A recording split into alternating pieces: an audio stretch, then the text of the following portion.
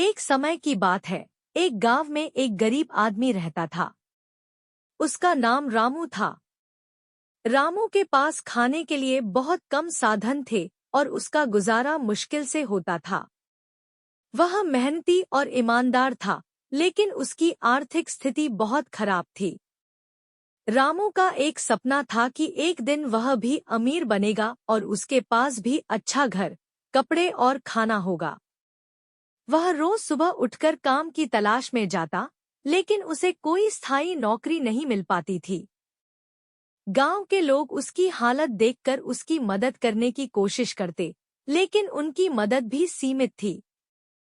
एक दिन रामू को पता चला कि पास के जंगल में एक संत रहते हैं, जो लोगों की समस्याओं का समाधान करते हैं। रामू ने सोचा कि वह भी अपनी गरीबी का हल पूछने संत के पास जाएगा।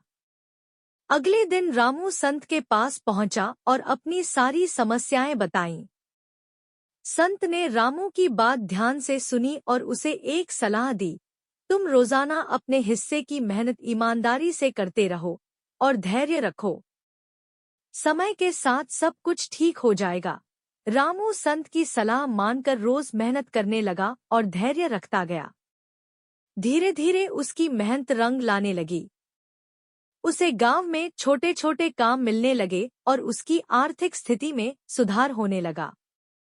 रामू ने संत की बात का पालन करते हुए कभी भी ईमानदारी और मेहनत से पीछे नहीं हटाया। आखिरकार समय के साथ उसकी स्थिति सुधर गई और वह एक दिन अपने गांव के सबसे सम्मानित और खुशहाल व्यक्ति बन गया।